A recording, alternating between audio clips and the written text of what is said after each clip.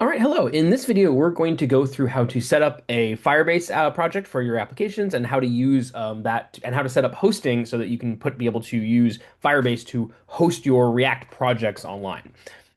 So what is Firebase?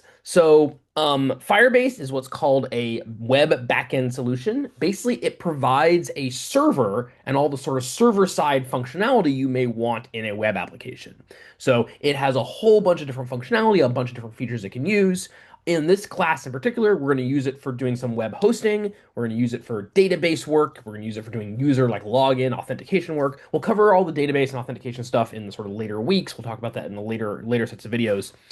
This one is going to be focusing on using it just for hosting. So the reason that we're using Firebase for hosting is because GitHub Pages, the system we've previously been used for doing web hosting, can't handle client-side routing. GitHub Pages is not able to take the paths involved in router and redirect those effectively in order to be able to make it so you can actually use that path to refer to get handled on the client side as opposed to on the server side. So instead, we're going to be using Firebase to do this work because we're going to be using Firebase for a bunch of other purposes as well. There are, of course, other hosting solutions that exist. Firebase is an easy one to set up that again, fits into the overall structure we're doing for this course. All right, so let's go ahead and we're going to start by getting Firebase set up, and then we'll go through a quick demo of how to actually deploy, publish your application to Firebase. Okay, so you can get access to Firebase by going to firebase.google.com. Google owns Firebase. They bought out the company a number of years ago, and so now it's sort of a Google product, more or less. So if you go to firebase.google.com, you can get access to the sort of the Firebase system. They have a whole bunch of ad copy on the front page. That's fine. We're generally interested in using the service, so you're going to want to click on Go to Console. If you click on Sign In, it'll require you to log into the Firebase sort of into this Firebase system. You can log in using your Google credentials or using your sort of your UW Google account. That works fine. But if you click the Sign In button, because of the way that UW works, it doesn't route around correctly. So clicking Go to Console tends to be a better approach for getting where you need to go. So once you do that, it'll make sure you're logged in. I'm already logged in, so it'll prompt you for your Google login. I'm already done that, and so you'll get to what's called the Firebase console dashboard. So this is where it's going to list all the different projects you've created on Firebase. So Firebase basically organizes imagine each server, each project is its own individual unit, and then each React app you're creating may be associated with an individual project. So I've clearly done this a number of times because I've gone through this demo and I've taught this class for a number of years. But what we're going to do is we're going to set up a brand new project to show you how we can do hosting. So what we're going to do is your screen will look a little bit different because you won't have previous projects. But what you'll do is you're going to create the big button that says create a Firebase project in order to create something new. So you're going to start by coming up with a name for your project. So I'm working with the React Chat application. This is a hosting demo, so I'm going to go ahead and call it a React Chat hosting demo. You can name this whatever you want. Whatever you name it, it's going to be what's part of the URL in your project, right? You're going to basically be going to React Chat hosting demo.firebase.com is effectively where your kind of place you're going to be accessing to. So you might name your project based on what you want your final public URL to be for your project. All right, and we're then going to hit continue. It'll then prompt us some other pieces. It'll ask if we want to add Google Analytics. Is this big? It is a little big. I'm going to make it normal size. Sorry. It's going to ask if we want to add Google Analytics to our project. I recommend turning this off. We don't need it. It just adds extra cruft, extra sort of files for us to work with. You can always turn it back on and add the stuff back in later. So I'm going to recommend turning that off. And then we're going to go ahead and create our project. It'll take a few minutes. We're going to have to wait on Firebase being slow for this demo. Not a few minutes. It'll take a couple of seconds.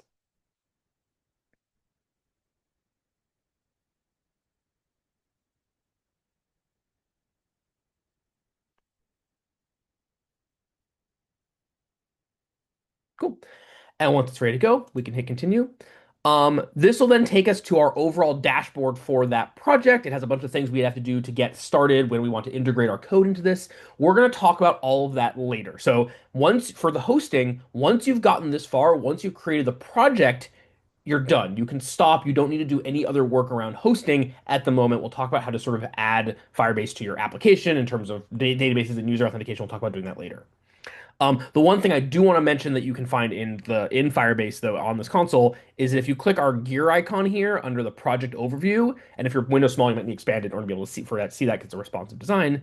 But if you click on this, there you can get to users and permissions, and that's where you can add other users to your project. So if you want to give your team members access to your project so they also can publish the project or be able to access the database, that is where you would go do that. You do that under that users and permissions kind of option. Okay, once we've got this set up and this is done, again, we don't need to worry about this. We'll come back to this console later, but for hosting now, we're going to stop. So that's now set us up a Firebase project, right? We basically built a server, a sort of a location. We initialized a location to say here's where all of our hosting is going to happen, our database stuff is going to happen. Here's where our sort of backend is going to live. Now, in order to actually publish to Firebase hosting, we're going to actually be doing that all locally through the command line. So we're going to be using a number of command line tools that Firebase provides, and then some scripts that Vite provides in order to be able to actually build our project into our deployable, sort of publishable production version, and then be able to deploy it to Firebase hosting.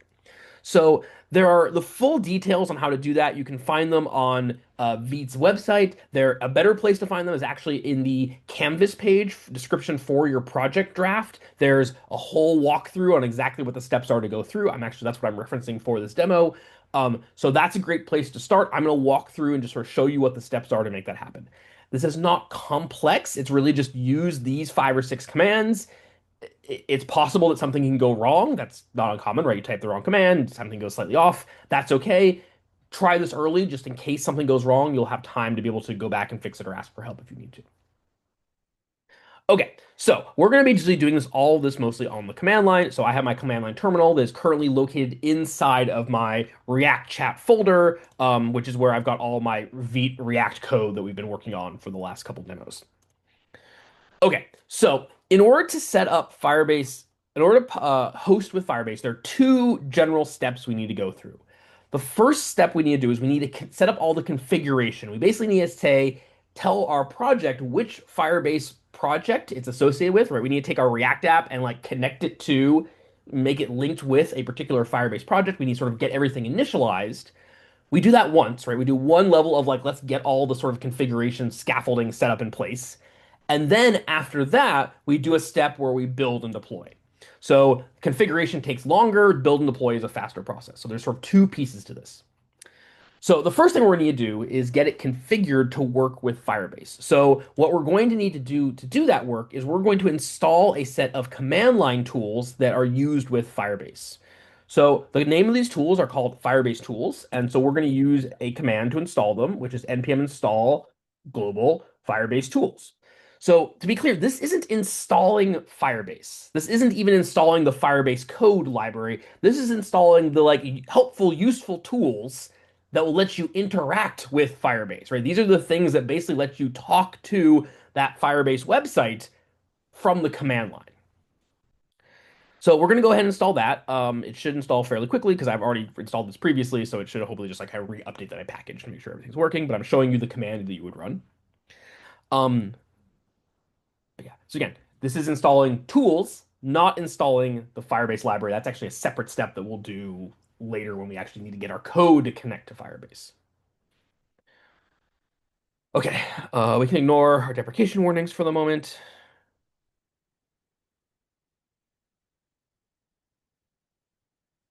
And if you're watching this as a video, I apologize that this takes some time.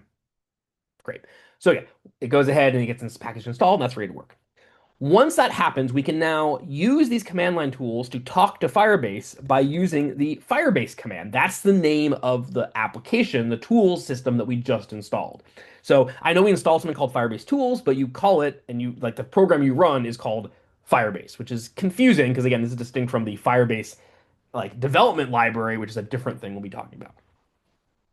All right, once we've gotten Firebase tools installed, and this is whoever wants to do this hosting needs to install these tools, we then need to make sure we've authenticated that we've logged into Firebase. So just like when we visited our hosting page, we had to log in, and you didn't see that because I'd already been logged in, but you can see like I'm logged in with Google over here. We need to make sure we're logged in on the command line as well.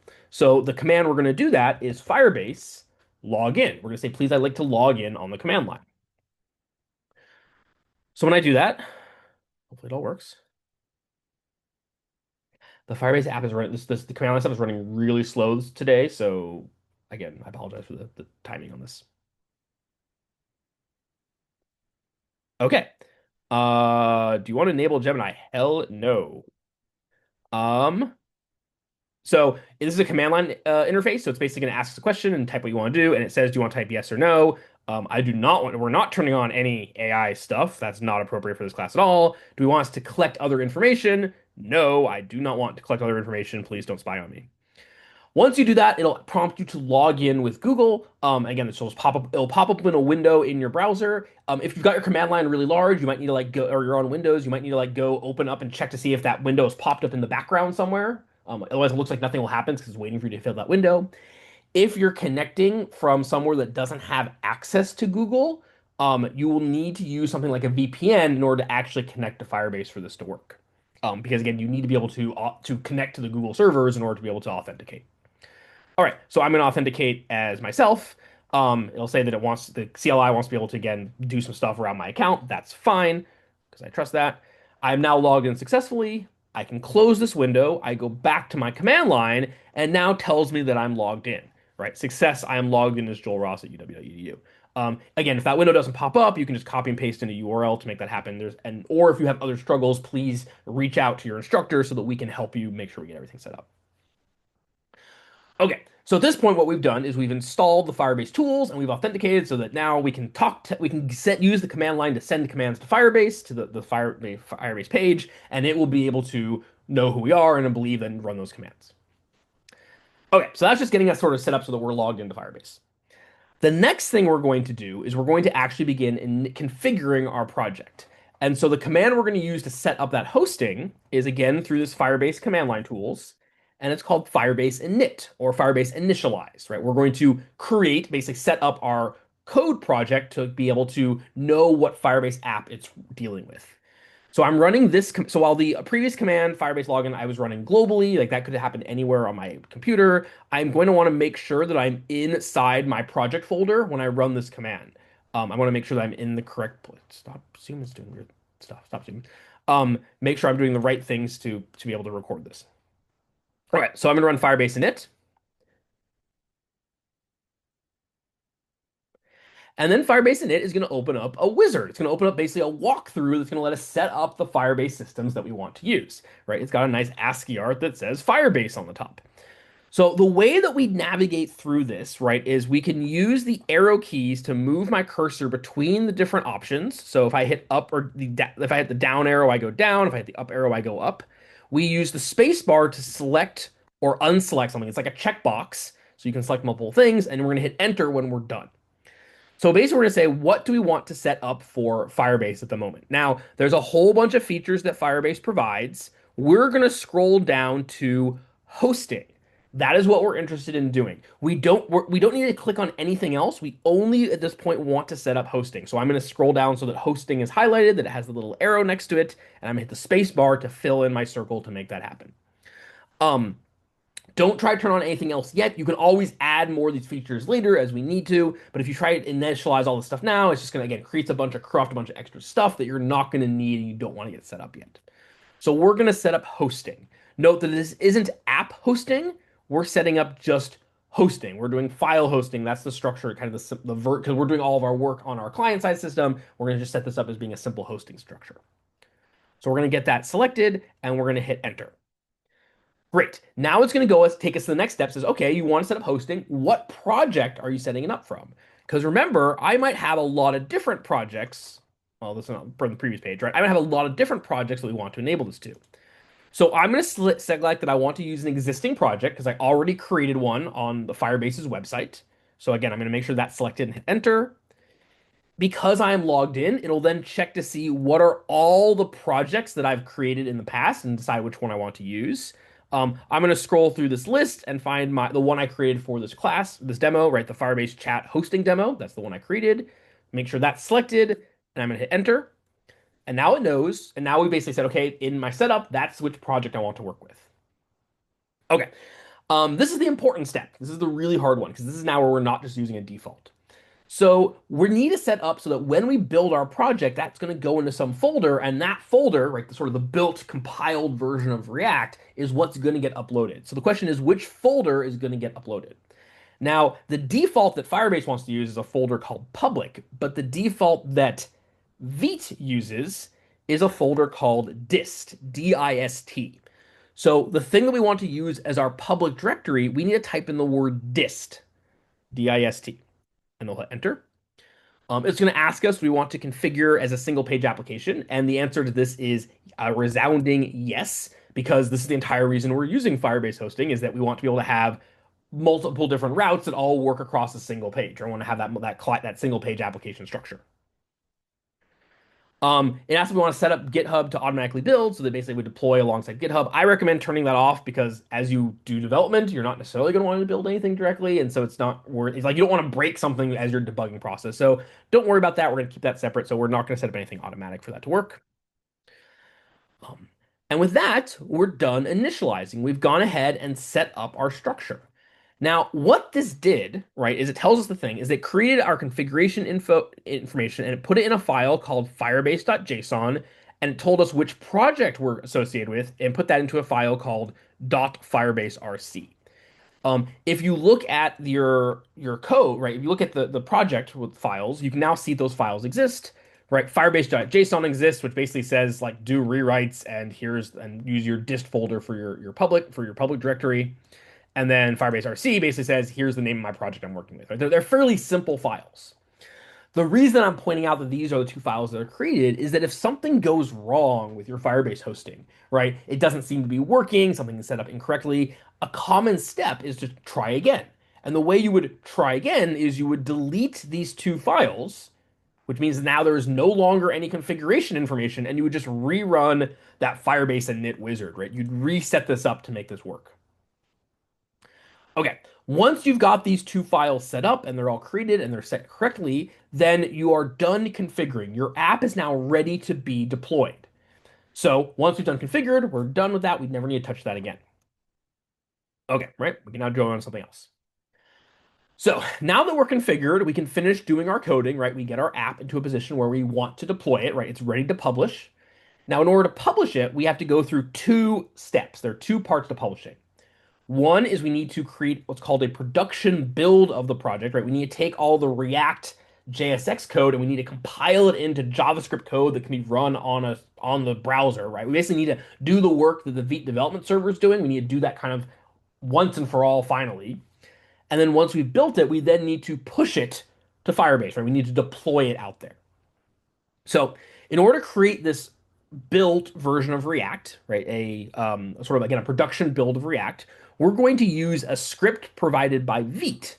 So these scripts can be found in the package.json listing under scripts. In particular, we're going to use the build script that's going to build as a production version. So what that looks like on the command line is the command is npm run build, which is saying I would like to build a version of my project. Please create a production build of this app. So I'm going to run npm run build. It'll run very quickly because Vite is very fast. And that's going to do is it's going to go ahead and create a bunch of stuff inside my dist folder that has my index.html. It has a JavaScript file that has all my JavaScript compiled into it. And it has a CSS file that has all my CSS code compiled into it. So it took everything that was inside my source directory, all the JSX and all the CSS and all the everything, and it compiled it down to just a couple of different files that are showing up in this folder. Similarly, everything that was in the public folder gets put into this gets put into an image folder here directly, which is why you have to put all your images into public because stuff that was in public, Vite will automatically sort of throw it into the distribution folder and get ready to go. Okay, you can run this command multiple times. It won't hurt anything. It'll just overwrite what was previously in the distribution folder. So that means that if you write some code and then you make some changes later and you need to recreate your production build, right? You need to say, I've now made an update. I need to rebuild for production. Just run the build command a second time, right? You can do this is similar to how almost like you could merge in new content into your GHPages branch. You're just going to rerun that build command every time you've created some updated code that you're ready to publish to the world. All right. After we've built it and we've got a built version that we're happy with, we can now go ahead and actually deploy it to Firebase. And the way that we're going to do that is, and this is conceptually similar to pushing to GitHub pages, right? Pushing out to GitHub. We're going to push it to, upload it to the Firebase hosting for everything to be shown. The command that we use to do that deployment is called Firebase deploy. So we're using the Firebase command line tools that we installed earlier, and we're using their deploy command to push and upload that code to the web to Firebase for us to see. So we're going to go ahead and run that command, and it'll tell us that it's deploying to that hosting. It tells us it uploads a bunch of files. Notice that it's uploading 9 files. It's a good thing to keep an eye out for that number. Index, JS, CSS, and then like my 6 different images. If it only uploads like 3 files or it uploads more or less files than you expect, or that seems weird, that might be a suggestion that something might have been configured slightly wrong. All right, once we're uploaded, it'll tell us where to go find it from the console. That's literally this URL, this page. And it'll give us the hosting URL. Like literally, where can I find the hosted version of this? And you'll notice that that URL is going to look like the name of your project .web.app. That's the sort of format, that's the domain that Google is letting us view stuff at. So if I take that URL and I post that public URL into my browser, I'm now able to view my React chat app and all which functions exactly as expected, right? All the React stuff works, all the routing works. We are published on the page. Everything is great.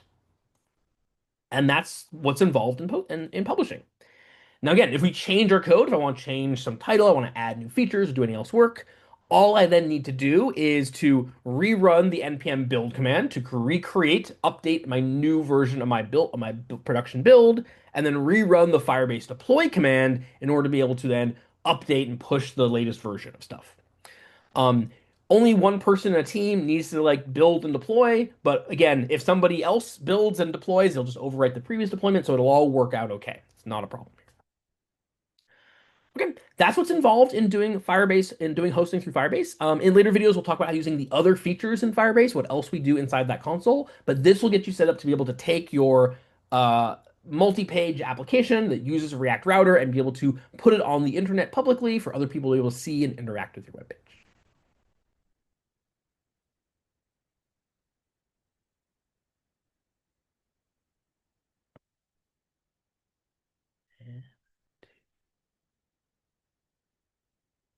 Share.